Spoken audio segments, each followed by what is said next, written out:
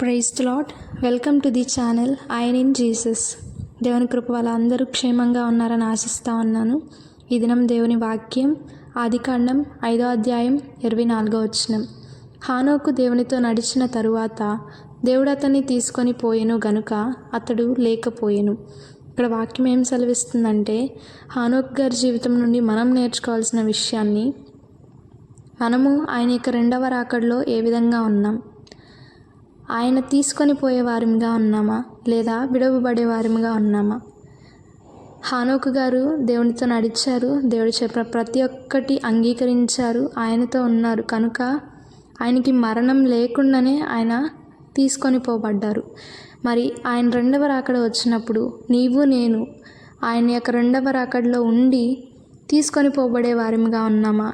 ఈ లోకంలో విడవబడే వారిగా ఉన్నామా? మనం తీసుకొని పోబడే వారిగా ఉండాలంటే ఆయనతో నడవాలి, ఆయన కోసం నడవాలి, ఆయనతో జీవించాలి, ఆయన కొరకే బ్రతకాలి.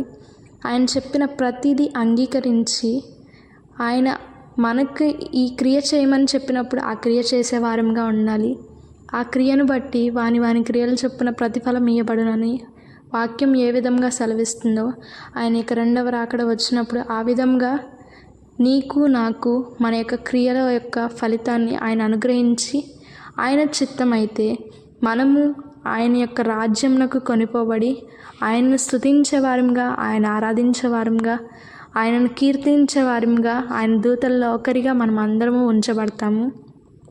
కనుక ఈ కొద్ది మాటలు దేవుడు దీవించును గాక.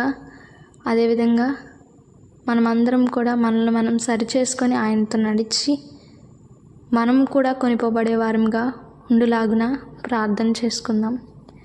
దేవుడి కొద్ది మాటలు దీవించును గాక. ఆమేన్. Praise the lord.